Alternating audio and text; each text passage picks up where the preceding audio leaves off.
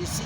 If not, it is proper that everybody should be allowed as an incumbent to carry out his own activities. And particularly in this case, it is very clear that today we are seeing the Niger Delta region so brightened up. And this brightening up is not quite common because it is so uncommon. We know that many other people have been able to carry out activities as MDs and CEOs from various parts of the states in the 9 oil-producing states, and they have all performed very well. But the truth is that in this particular situation, we have never seen where you will go to every community you go to in the 9 states of the Niger Delta region that cannot have at least a solar light to show. Today we find out that even when the general NEPA light, the public light goes off, I'm talking of the PHED electricity supply, even when it goes off, you will see that the whole streets are brightened up and security is better handled. So I believe very well that the people of Delta State are also going to understand and just give this a chance by allowing him to complete his term. So what other area do you think NDDC can really go into now in the 2025? Well, the NDDC, as far as I'm concerned, first and foremost, before you try to develop a people, you should also develop yourself. And that is the more reason why I believe that the NDDC management is also going to look inwards for the development of the staff, the development of the infrastructure that is keeping them to carry out the activities to develop the entire Niger Delta region. For instance, we find out that most of the situations, particularly traffic movement in the premises, is supposed to be improved and let the lifts be maybe increased from the traffic that is going on every day. And we know very well that the current management team being led by Chief Dr. Samuel Pundugu, PhD, is definitely going to make this come to pass. And its manifestation and perfection, I believe, will come on clear before the end of his 3-year term. So now what can you say about the health sector of the Niger Delta people? Well, the health sector, you see, the health sector is another very, very bogus sector.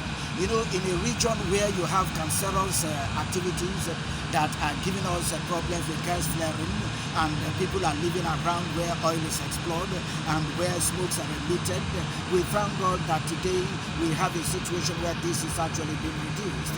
But I want to let you understand that the sector is so very endemic and so large that it does require more attention.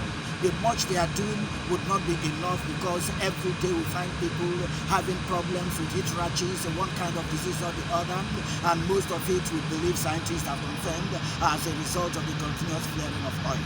And I believe that the federal government is going to increase the money that they are going to give for the Niger Delta Development Commission, same to other development bodies, because every part of Nigeria is facing the same problem. Thank you.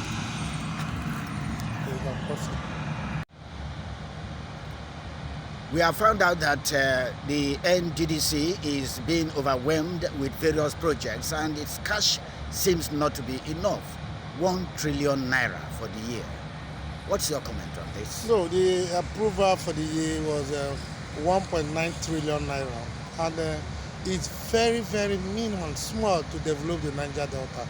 But despite that, I believe the current management is trying their best to manage the resources they have on their disposal as it stands now. Now, what areas do you think that the NDDC would want to put in more cash into to further develop the entire region and also its people?